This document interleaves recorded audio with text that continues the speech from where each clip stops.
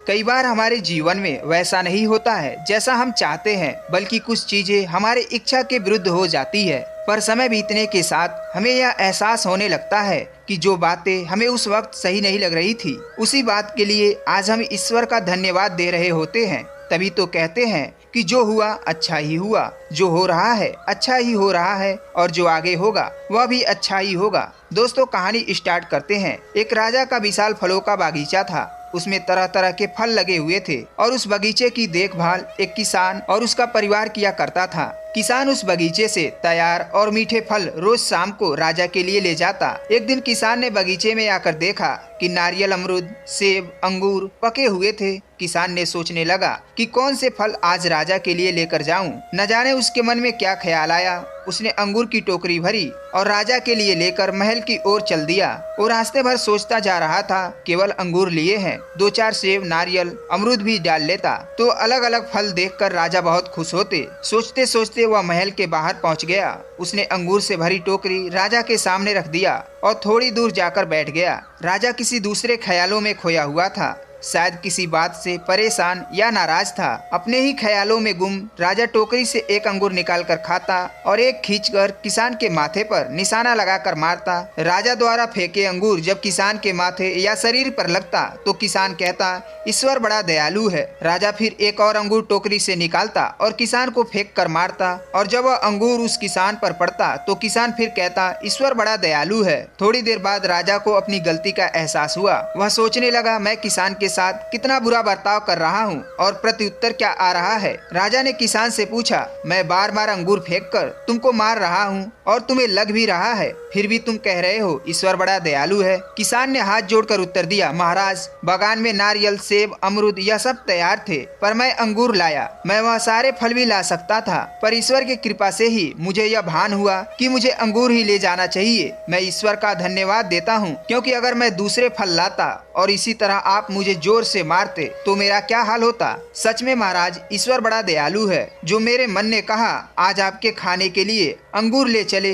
दोस्तों, यदि जीवन में किसी मोड़ पर सही या आपके हिसाब से घटित ना हो तो धैर्य रखना, क्योंकि समय अपने राज समय आने के साथ ही खोलता है, और उस समय हमारे मुंह से यही निकलता है कि जो हुआ अच्छा हुआ। दोस्तों, एक छोटी सी और कहानी आपको सुनाता हूँ। एक बार की बात है, एक अमीर आदमी घूमने के लिए अपनी नाव लेकर समुद्र में चला जाता है। फिर वह समुद्र में घूमते घूमते बहुत आगे निकल जाता है तो इतने में अचानक से समुद्र में तूफान आ जाता है, जिस कारण से वह व्यक्ति नाव में डूबने लग जाता है। तो फिर उसने अपनी जान बचाने के लिए समुद्र में कूद गया।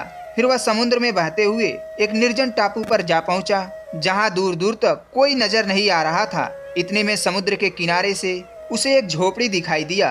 खैर, थका हारा वह व्यक्ति उस झोपड़ी में जाकर सो गया। इतने में फिर से समुद्र में जोर से तूफान आने लगा और उस झोपड़ी के ऊपर बिजली गिर गई, जिस कारण से झोपड़ी में आग लग गई। फिर वह व्यक्ति किसी तरह उस झोपड़ी से बाहर निकलकर अपनी जान बचाई, और बाहर आकर वह यही सोचने लगा कि आखिर उसके साथ ऐसा गलत क्यों हो रहा है। इतने में समुद्र में वहां से एक बड़ी नाव गुजर रही थी। जो जलती हुई झोपड़ी को समझकर रुक गए कि लगता है उन्हें कोई मदद के लिए कोई बुला रहा है। फिर वे व्यक्ति उस नाव से उतरकर उस व्यक्ति के पास पहुंच गए और उसकी मदद करते हुए उसने अपने नाव में बैठा लिया। इस तरह से उस व्यक्ति की जान बच गई। फिर वह व्यक्ति नाव में बैठकर यही सोच रहा था कि जो ईश्वर कुछ भी करता है अच्छे के लिए ही करता है, इसलिए उस व्यक्ति के लिए यह कहावत सच हो गई। एक छोटी सी और कहानी सुनाता हूँ। एक बार की बात है, अकबर और बीरबल दोनों कुछ सैनिकों को लेकर शिकार पर गए। शिकार के समय तलवार निकालते हुए अकबर का अंगूठा कट गया। अकबर परेशान हो गया।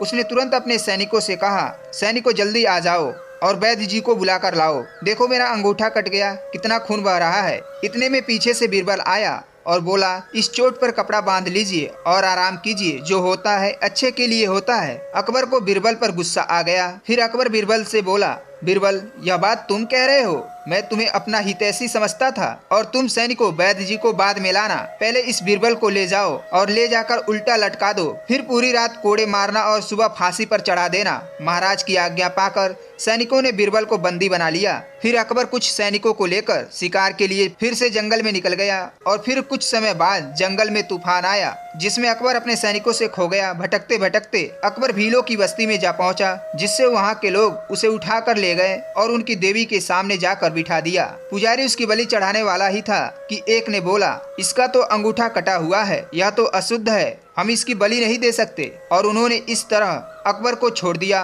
और अकबर की जान बच गई। फिर चूंकि अब अकबर को समझ में आ गया कि जो होता है अच्छे के लिए होता है, उसे याद आया कि आज सुबह बीरबल को फांसी लगने वाली है। वह भागा भागा आया, उसने देखा बीरबल के गले में फंदा लगाकर खड़ा किया गया है। अकबर ने उसे नीचे उतरवाया और उसके पैर पकड़ लिया और फूट फूट कर रोने लगा। अकबर ने अपनी सारी घटना बीरबल को सुनाई और माफी मांगने लगा। बीरबल बोला, माफी मांगने की जरूरत नहीं है महाराज, जो होता है अच्छे के लिए होता है। अकबर बोला, बीरबल क्या तुम सच में पागल हो? मेरी नासमझी की वजह से रात भर तुमने कोड़े खाए और फिर तुम कहते हो जो होता है अच्छे के लिए होता है। यदि मैं यहाँ कोड़े नहीं खा रहा होता तो आपके साथ होता, और यदि आपके साथ होता तो वो लोग मेरी बलि चढ़ा देते।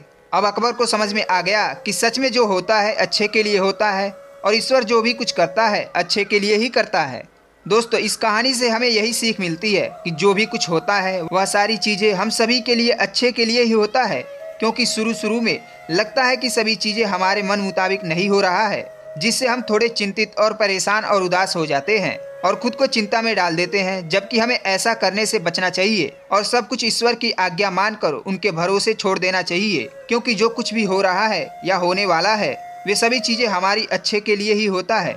दोस्तों, इसी के साथ वीडियो को समाप्त करते हैं और कमेंट करके अवश्य बताइएगा आज की वीडियो आपको कैसी लगी। और अगर आप नए हैं तो चैनल को सब्सक्राइब करके बेल आइकन प्रेस कीजिएगा। धन्यवाद।